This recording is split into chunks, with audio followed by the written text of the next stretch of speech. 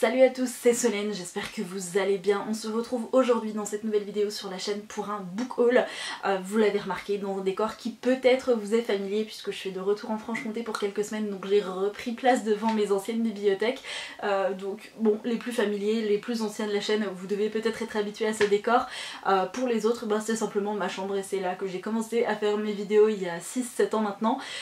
Donc voilà, aujourd'hui on se retrouve pour un book haul. C'est pas le plus conséquent que j'ai pu vous présenter jusqu'à maintenant sur la chaîne, mais j'ai quand même une bonne dizaine de romans. J'ai littéralement craqué mon slip quand je suis rentrée ici en Franche-Comté puisque y a pas mal de petites librairies en fait aux alentours de chez mes parents et donc j'ai bien craqué. Je vous en ai présenté beaucoup sur Instagram et du coup on va faire un petit recap dans cette vidéo. Le premier que je vous présente, c'est ma lecture en cours et je la kiffe. Je ne pensais pas que j'aimerais autant. Je crois aussi que c'est la première fois que je prends autant mon temps d'apprécier une lecture.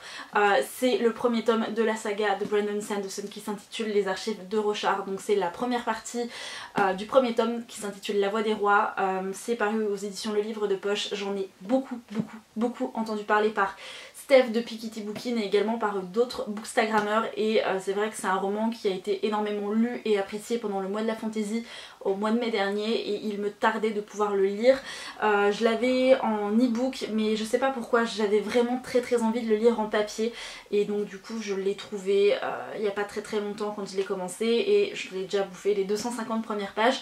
Franchement je pourrais lire beaucoup plus parce que c'est un univers qui est vraiment hyper intéressant, hyper développé et franchement très intriguant et les personnages sont vraiment chouettes à suivre mais je sais pas, j'ai vraiment très envie de le savourer, de prendre mon temps pour le lire et de le faire durer. C'est très bizarre comme sensation, c'est la première fois je pense que ça me fait ça mais je ne peux qu'apprécier cette lecture et si jamais vous êtes mordu de fantasy et que vous n'avez pas encore commencé cette saga, je ne peux d'ores et déjà que vous la conseiller. Le prochain roman que je vous présente, je vous en avais beaucoup parlé sur Instagram parce que c'est un roman qui m'a choquée tout simplement et je vous montre dans ce book haul parce que je l'ai acheté récemment mais sachez qu'il va très rapidement partir de mes bibliothèques. J'ai pas l'intention de rester avec un roman que je n'apprécie pas et que j'ai abandonné. Donc il s'agit de Virgin River de Robin Carr. Donc ce sont les tomes 1 et 2 dans un même roman. C'est une intégrale en fait.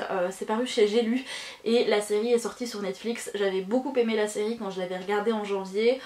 D'ailleurs, by the way, à regarder en anglais, vraiment pas en français. J'ai regardé à nouveau, je vais y arriver, le premier épisode avec mes parents, avec ma mère notamment qui voulait commencer la série et forcément on a mis la série en français. J'ai trouvé que c'était encore plus que kitsch en fait qu'en anglais. En anglais je trouve que ça passe mais alors en français j'ai vraiment pas supporté et rien que le doublage, non c'était pas possible. Et il y a énormément de choses qui m'ont dérangée dans ce roman et je vous en parlerai dans un autre update lecture mais sachez que en tout cas celui-ci c'est niette et je ne vous le conseille absolument pas. Le prochain roman que je vous présente c'est un roman en VO, c'est The Court of Miracles de Castor Grant. C'est un roman qui me fait très envie et qui est en plus absolument magnifique. Il est arrivé un petit peu abîmé au niveau de la jaquette donc ça je suis un petit peu déçue mais bon c'est pas le plus grave non plus. Donc c'est un roman qui me fait très envie, notamment à cause de son intrigue puisque c'est inspiré, très fortement inspiré, parce que je pense pas que ce soit complètement une réécriture des Misérables de Victor Hugo et ça se passe en plein Paris en 1828 et on va suivre une jeune fille qui s'appelle Éponine qui décide d'intégrer une guilde puisque dans cette histoire Paris, la petite populace parisienne pour pouvoir se protéger a créé 9 guildes différentes et ces 9 guildes vont former The Court of Miracles, donc la cour des miracles, et on va suivre Éponine qui intègre une de ces guildes pour pouvoir ensuite sauver sa sœur qui a été vendue par son père, le Thénardier, à une guilde, donc The Guild of Flesh il me semble, et donc vous avez vraiment des dessins qui sont absolument magnifiques. Là vous avez les 9 guildes représentées, donc vous avez The Guild of Flesh, The Guild of Thieves, The Guild of Letters, The Guild of Dreamers, etc.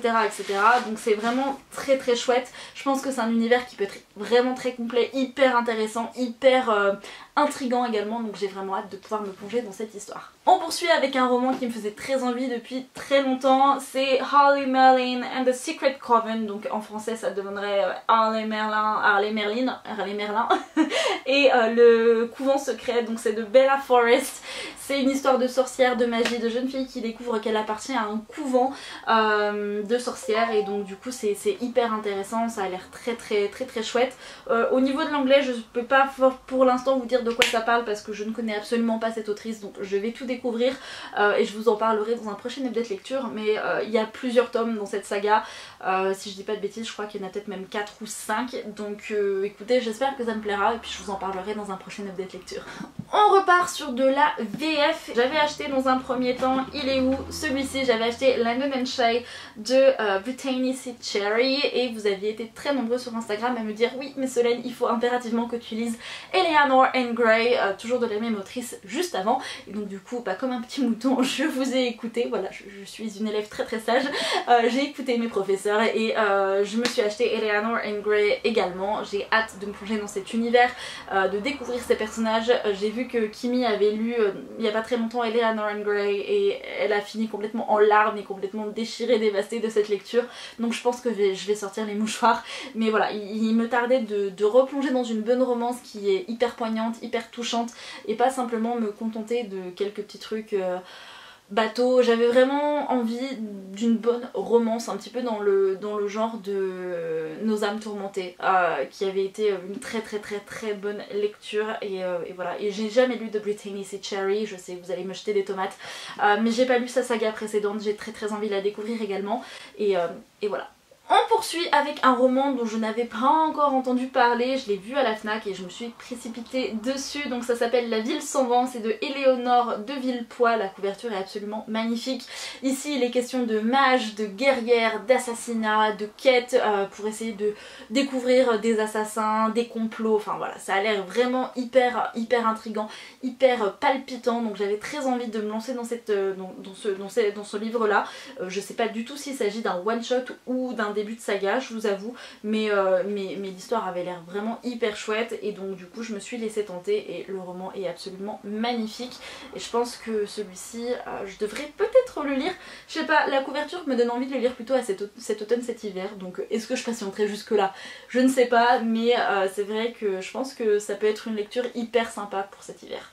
On poursuit avec un gros pavé de chez Lumen. Je me suis tâtée entre le lire en français et le lire en anglais et puis bon, je suis tombée dessus en librairie et donc je l'ai pris. Il s'agit de L'envol du phénix, le premier tome, Sœur de sang, donc c'est de Nikki Preto, je sais pas si je prononce très bien le nom de famille, vous en avez certainement entendu parler, probablement lu. Alors je crois que ce roman là c'est soit ça passe soit ça casse. C'est vrai que j'avais très envie de découvrir l'histoire autour des phénix parce que c'est vrai que c'est une créature mythologique qui n'est pas forcément très représentée. On a plus l'habitude aux dragons, aux chimères, etc. Et c'est vrai que le phénix c'est un animal mythique qui est assez sympathique, donc j'ai hâte de voir dans quel univers on va évoluer ici avec des personnages qui ont l'air vraiment plutôt chouettes. Bon par contre c'est une bonne grosse bricasse qui fait, il y a un épilogue qui fait plus de 700 pages avec l'épilogue.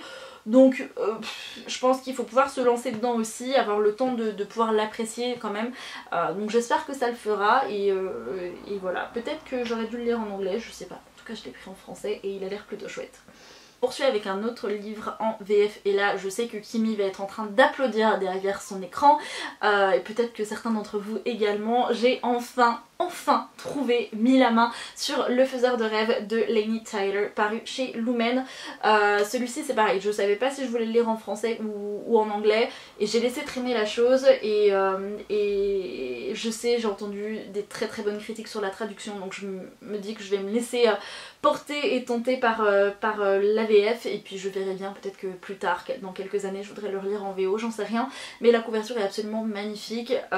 Je vais pas vous faire de résumé en fait parce que vous le savez, les romans de chez Lumen ils ont des résumés qui sont hyper longs et je préfère pas forcément trop les lire. J'ai quelques souvenirs sur les résumés mais rien d'extrêmement certains en fait, je suis pas sûre de moi à 100%, donc je préfère pas vous donner trop de détails qui pourraient être complètement inutiles et faux surtout, donc je vous laisserai aller checker tout les résumés dans la barre d'infos comme d'habitude.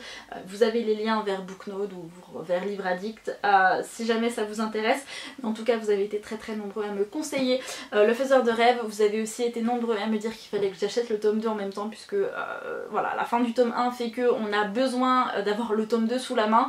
Malheureusement je ne l'ai pas pas trouvé quand je suis allée en librairie et que j'ai mis la main dessus, il n'y avait pas le tome 2, j'étais déjà chanceuse qu'il y ait le tome 1, donc ce sera pour une prochaine fois, mais en tout cas pareil, c'est une petite bricasse et donc du coup je verrai bien quand je pourrai me lancer dans cette saga. Et enfin pour terminer ce book haul, je vous l'avais déjà présenté, je vous en ai déjà parlé sur la chaîne, j'ai enfin reçu ma version papier de From Blood and Ash de Jennifer Armentrout. C'est sa nouvelle saga, le tome 2 devrait sortir cet automne si je dis pas de bêtises, et j'avais lu les premiers chapitres de celui-ci et il est absolument incroyable.